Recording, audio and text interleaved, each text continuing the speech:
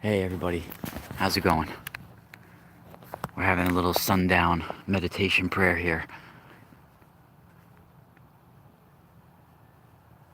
Arms leading, what's up?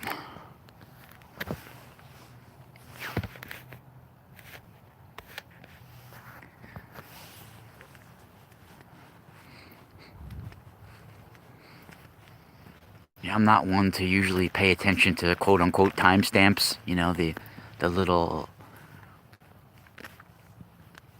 I'm feeling alright. There's the Hudson River right there. And you can see the amazing colors in the sky during our sundown.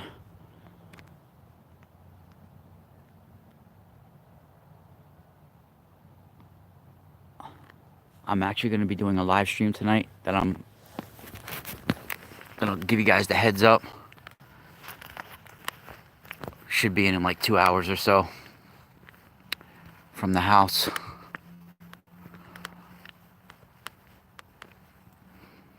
Wow, there's a strong odor of fresh manure right here. Let's go see St. Francis for a second. We're here with the Madonna. St. Francis of Assisi. Let's go see St. Francis. It's a long story about this statue as well. If you guys have been following my daily walks for the last few years, this statue at once was thrown down in the grass for a long time. Then they finally got him up and cleaned.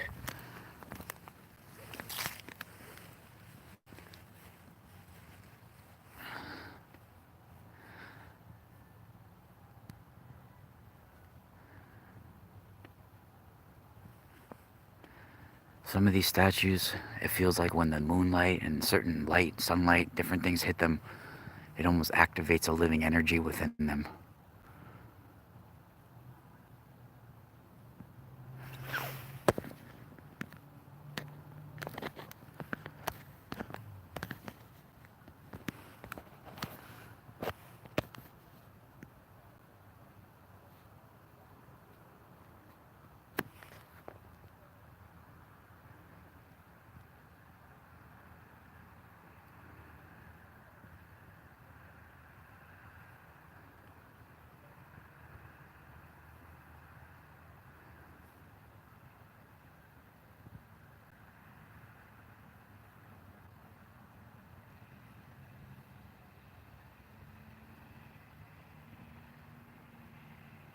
Wow, do you guys feel that?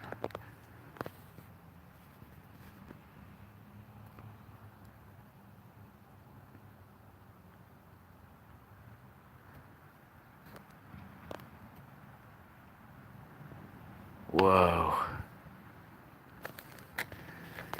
That's pretty intense.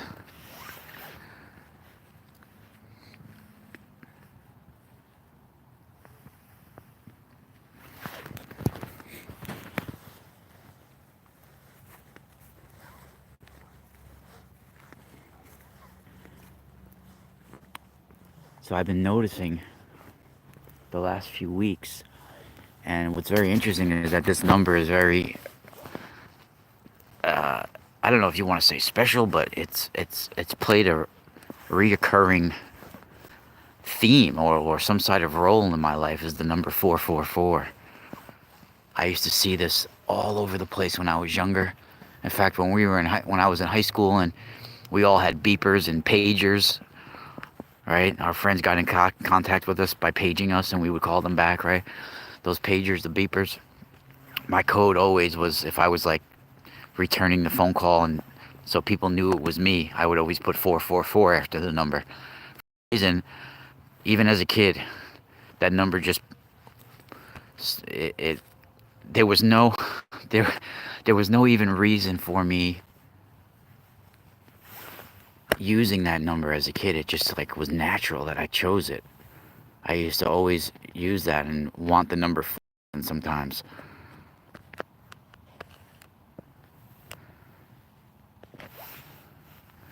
And I've had a lot of interesting 444 moments over the last few weeks. And today at 444 once again. What is that in the sky right here? Oh, it's a plane or something. Yeah, it's a plane.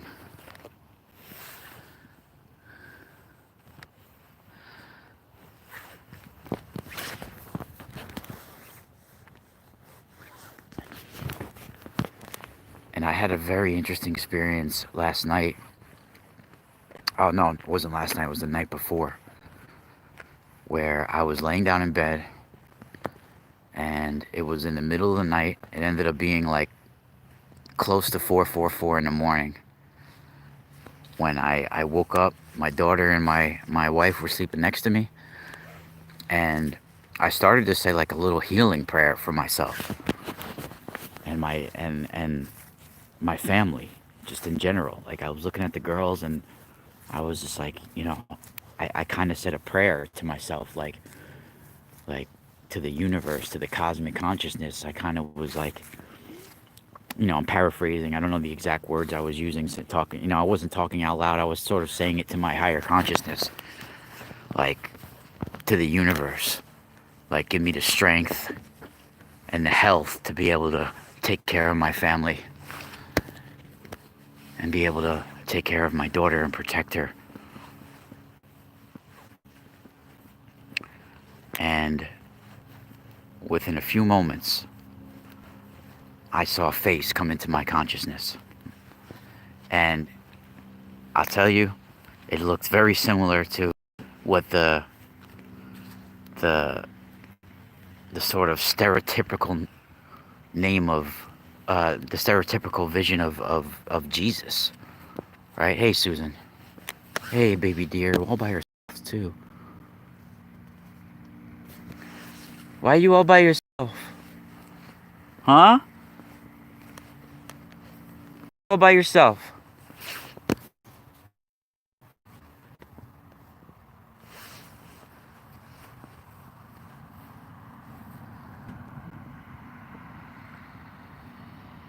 Hey.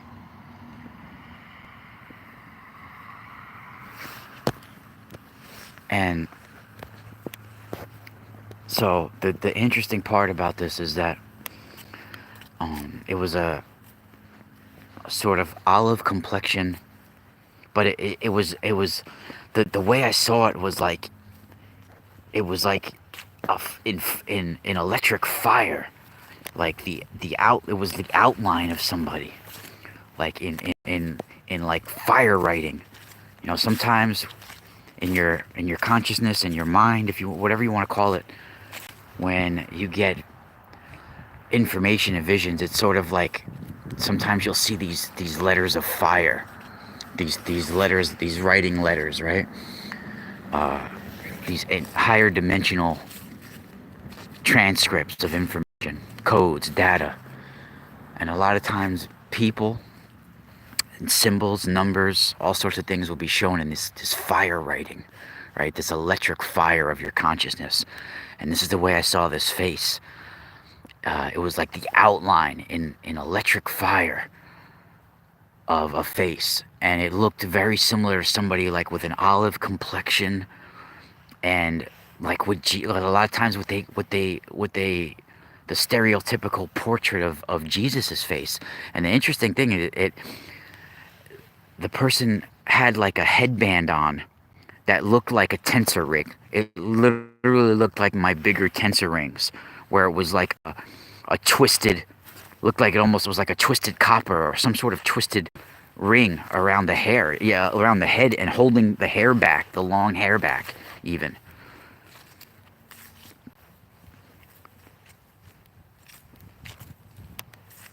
And this was the second time in a month or so where I had something like this take place. And then they also gave me the chance, like, come outside, we can heal you if you choose. And it was 3 or 4 o'clock in the morning. It was freezing cold outside, and my daughters were sleeping, and I didn't want to get up out of the bed and wake them up. So I kind of like, I was like, part of me was like, okay, I got to get up and go outside. And then part of me was like, all right, just sit here for a second. So then I ended up sitting there for a second and closing my eyes, and I fell back to sleep. Woke up like 20 minutes later, and I told my wife about it. And she was like, oh, tell me tomorrow, tell me tomorrow. She was like really tired.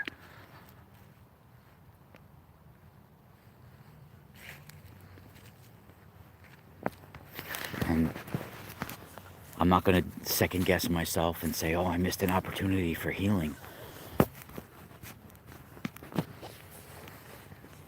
Things are as they should be.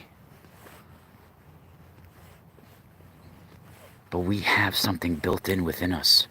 We have a higher dimensional origin built in within us that we can heal ourselves. It's within you. You're just veiled from it right now.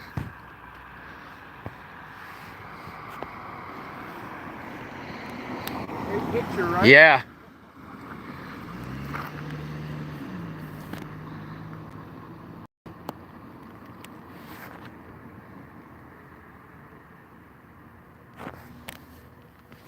Yeah, Brian.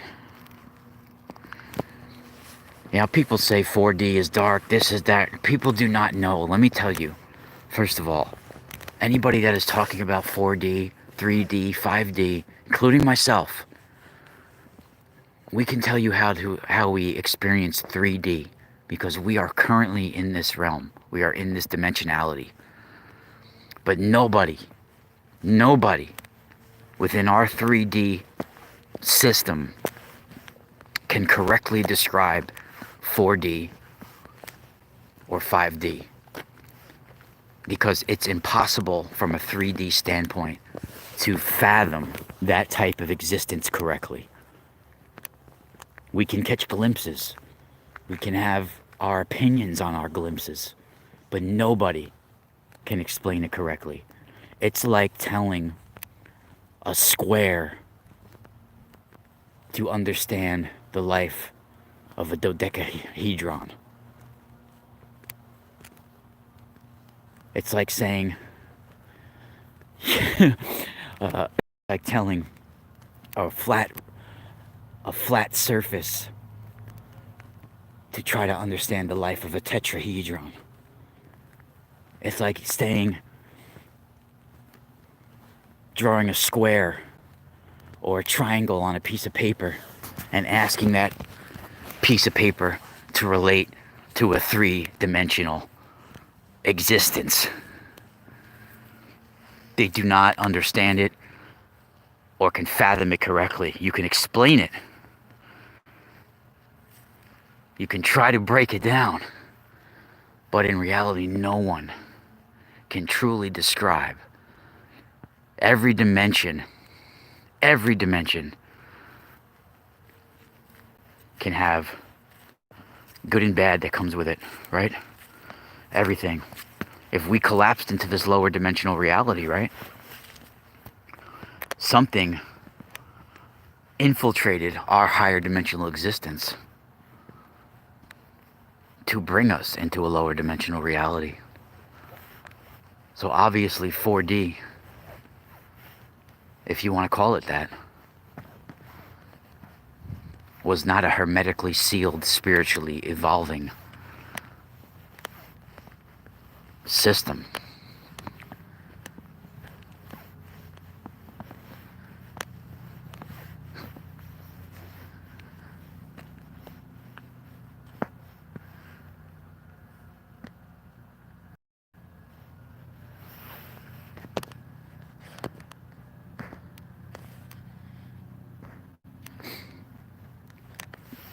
Thank you, Susan. And you know, people say how many dimensions, 11 dimensions, 30 dimensions. I do think that there are infinite dimensions. I don't think there is a limited number. But what I am going to reveal, hermetically sealed, the meaning to this is that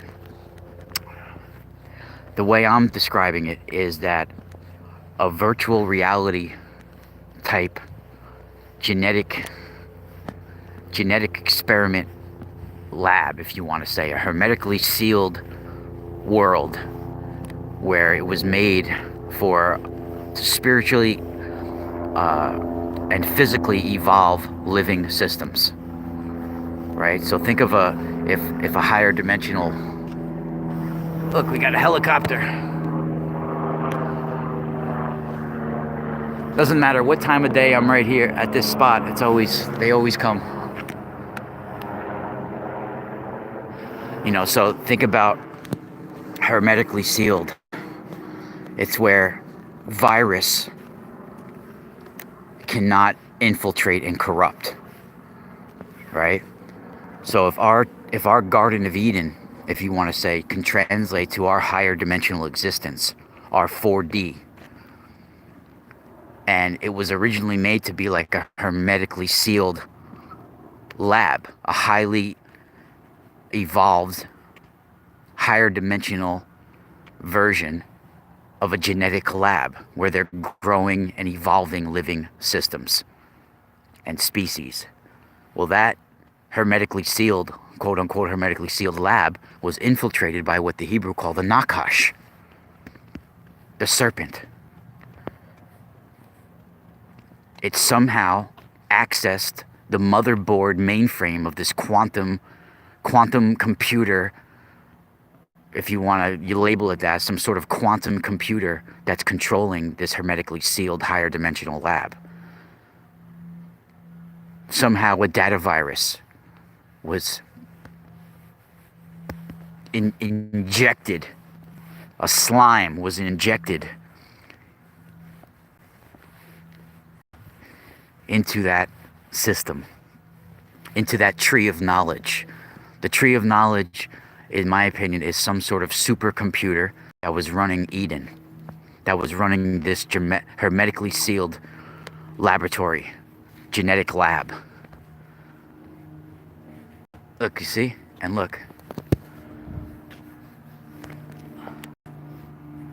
And now, somehow a data virus entered the tree of knowledge, a file that Adam just had to access, that corrupted that system, a data virus that made it fall to a lower dimensional reality. And that's what I believe we're in today. Fractured fragment of the original. Now other higher dimensional beings, similar to Adam, came down into this lower dimensional reality to take part in this genetic lab and to do their experiments. And now we are a mixture of not just Adam, but other higher dimensional species and beings. We are all fractured, fragment, fractals